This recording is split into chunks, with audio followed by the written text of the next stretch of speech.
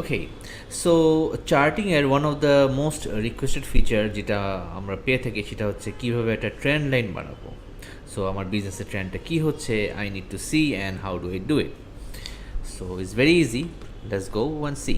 So from insert আমরা চলুন একটা লাইন চার্ট করি, না নট লাইন চার্ট, ওকে একটা কলাম চার্ট করি। সো এইখানে দেখা যাচ্ছে যে আমার এটা স্লাইটলি আপিশভাবে গিয়েছে এবং আমি একটা সামহাও একটা প্রেডিকশন বা ইকুয়েশনে ফেলতে চাই জিনিসটা যে কোন দিকে যাচ্ছে। So the way I do ইট সেটা হচ্ছে সিলেক্ট করবো। সিলেক্ট করে ইফ ইউ রিমেম্বার আমাদের অ্যাড এলিমেন্টসে গিয়ে আমরা বলতে পারি ট্রেন্ড লাইন্স, এবং আই নো যে এটা দেখে বোঝা যাচ্ছে যে এটার লিনিয়ার ফাংশনালিটি যাচ্ছে চোখের দেখা।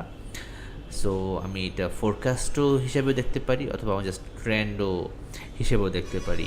নাও টকিং অ্যাবাউট ফোরকাস্ট আমরা নেক্সট ভিডিওতে দেখবো সেটা কীভাবে, but for the now time being আমি এখন লিনিয়ারটা সিলেক্ট করলাম এবং less select the trend line এবং এটার ফরম্যাটটা একটু ঠিক করি বিকজ বোঝাই যাচ্ছে না। সো ফরম্যাট ট্রেন্ড লাইন থেকে আমরা বলতে পারি